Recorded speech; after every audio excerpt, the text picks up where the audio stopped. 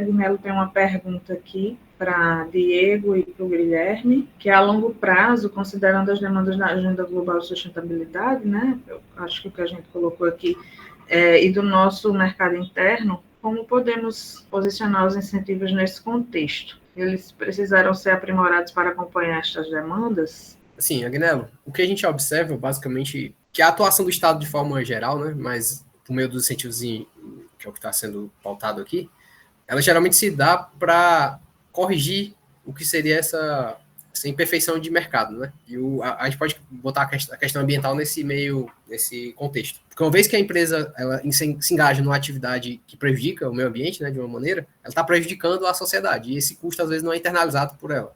Então, o Estado, ele tem esse poder, esse mecanismo de conceder incentivo fiscal, provavelmente seria algo muito justo ele considerar os fatores ambientais, como a Rafaela bem falou, né, como o caso da agenda SG, né, para poder priorizar, pelo menos, né, se não fosse um condicionante, fosse menos um incentivo, né, a priorização, para que fosse cumprida uma agenda, né, mínima de boas práticas ambientais para poder garantir, estimular as empresas a adotarem, né, esse tipo de técnica. Elas já fazem isso hoje, né, mas no sentido mais de publicitário, às vezes, né, e às vezes por outras regulamentações, mas que se os incentivos fiscais se engajassem, né, nessa agenda, eu acredito que isso seria de fato positivo. Mas nesse sentido, de colocar como sendo um condicionante ou então um fator de priorização entre todos os pleitos possíveis, né?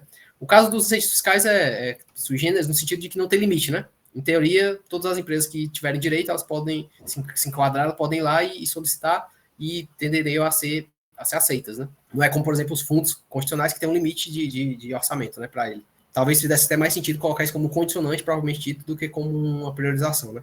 Dado que, em tese, todos têm prioridade. Enfim, mas é um debate que certamente precisa ser amadurecido e eu acho que vai chegar em algum momento no futuro próximo, certo? Essa pauta está bem alta. Eu queria, Diego, complementar que a gente segue estudando o tema, né, Agnello, e agora utilizando outras variáveis essas que estão atreladas aos indicadores, alguns dos ODS, alguns do Plano Nacional de Educação e outros indicadores de saúde, atrelando a questão de capital humano, para que a gente possa ter resultados além do âmbito econômico, né, ter outros indicadores possíveis, dado que a gente observou alguns efeitos sobre o mercado de trabalho, sobre convergência, crescimento econômico, e isso na literatura reverbera indicadores sociais, e agora a gente vai tentar seguir com essa pesquisa para levantar mais resultados. A gente já tem algumas análises prévias, a gente está só consolidando para ter mais robustez nos resultados,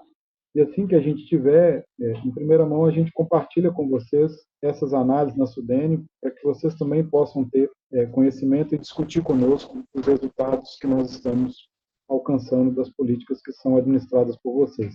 E até assim, complementando também o Diego e o Guilherme, a própria atualização agora na PNDR, em 2024, já traz aí, dentro dos seus objetivos e diretrizes, essa questão da sustentabilidade ambiental. Né? A gente deve ter, né, alterações e algumas mudanças na utilização dos instrumentos, considerando essas novas diretrizes da PNDR. É uma coisa que a gente já começou a discutir aqui, eu e Glória, a gente já começou a traçar algumas variáveis, né, para trabalhar os indicadores de sustentabilidade mesmo, até essa parte de ESG com as próximas avaliações, para que a gente possa ter um recorte, né, desses indicadores de sustentabilidade. Agora a gente vai avaliar do terceiro ano, né, dos incentivos, a gente vai avaliar alimentos e bebidas, e aí para esse setor a gente teria um recorte também para avaliar os indicadores, né, de sustentabilidade, que, assim, essa pergunta de Agnello eu acho que não foi à toa, né, a gente tem crescido, né, e hoje, pessoal, é o Dia Mundial do Meio Ambiente, né, então a gente está bem convergindo também para esse lado, né, onde a gente está tentando atrelar esses indicadores de sustentabilidade com os trabalhos que a gente tem aqui de avaliação, para que a gente possa mostrar o que é que a gente precisa ainda melhorar e muito para melhorar esse desenvolvimento sustentável como um todo aqui no nosso planeta, né? Agnello tem outra pergunta. Como a gente pode fazer com que os efeitos positivos dos incentivos fiscais cheguem aos municípios menos dinâmicos, dado que há uma tendência dos incentivos se concentrarem nas cidades mais dinâmicas? Agnello, nós estamos tentando alcançar agora o espraiamento desse efeito, né? A gente olha, às vezes, o efeito localizado no município, mas ele não alcança necessariamente só aquele, ele transborda para outros municípios. Então, a gente está tentando analisar até onde vai esse transbordamento e se ele chega em municípios menos dinâmicos, né? Existe uma possibilidade da gente, em breve, também entregar isso para vocês.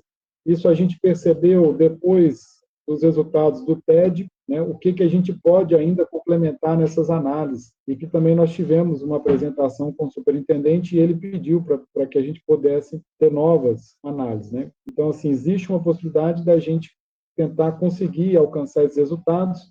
Se a gente lograr êxito nessas estimações, né, e ter robustez nos resultados, a gente manda para vocês, mas isso estaria atrelado ao transbordamento.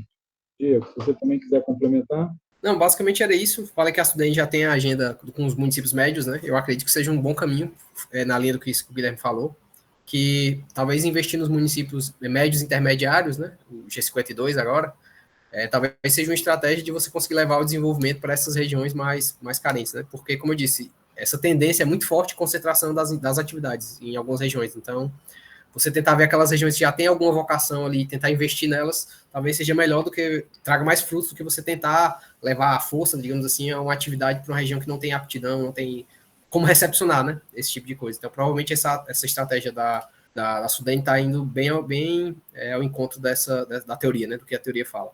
Então, eu acredito que é por aí mesmo. Então, eu acredito que chegamos, né, ao fim, né, dessa tarde. A Agnello está dando parabéns, né, pela avaliação. Acho que estamos todos de parabéns, porque os resultados, desde quando foi projetado isso, né, porque começou lá em 2020 com a portaria e depois veio todas as propostas e aí a escolha de vocês, é um longo período, né?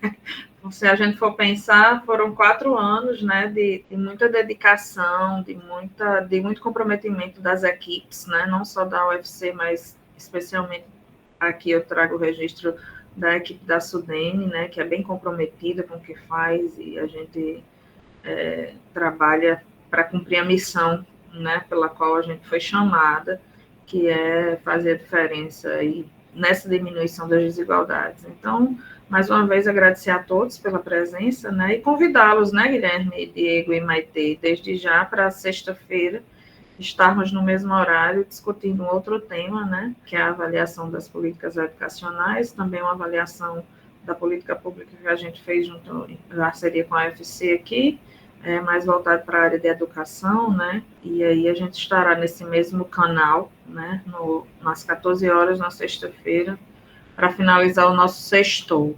Então, agradecer a todos, né, e em breve nos vemos.